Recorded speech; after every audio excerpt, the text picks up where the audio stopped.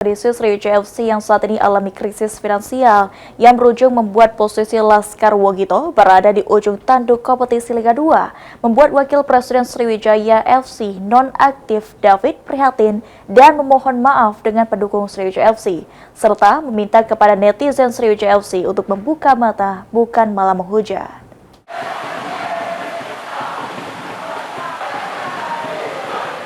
Sriwijaya FC, tim kebanggaan Wong Sumatera Selatan, saat ini sedang berada di posisi yang mengkhawatirkan.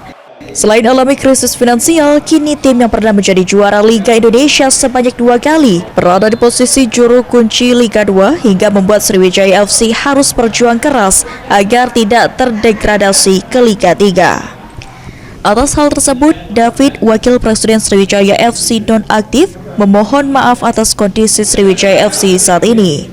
David mengutarakan jika dirinya sudah berjuang keras untuk membawa Sriwijaya FC bangkit. Namun karena adanya serangan-serangan melalui media sosial, membuat posisi Sriwijaya FC saat ini tidak dapat berbuat apa-apa. Bahkan kesulitan untuk mendapatkan sponsor dan membuat pihak yang ingin berinvestasi untuk Sriwijaya FC takut dengan serangan melalui media sosial. Kedua orang ini malah diserang sama akun-akun yang di media sosial yang menyerang personal dan juga menyerang secara brutal ya terhadap para dua pengusaha ini yang akan membantu kita.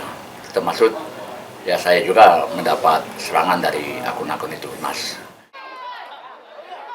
Oleh karenanya, David berharap agar netizen pendukung setia Sriwijaya FC membuka mata dan tidak lagi menghujat Sriwijaya FC. Tim Liputan, PAL TV.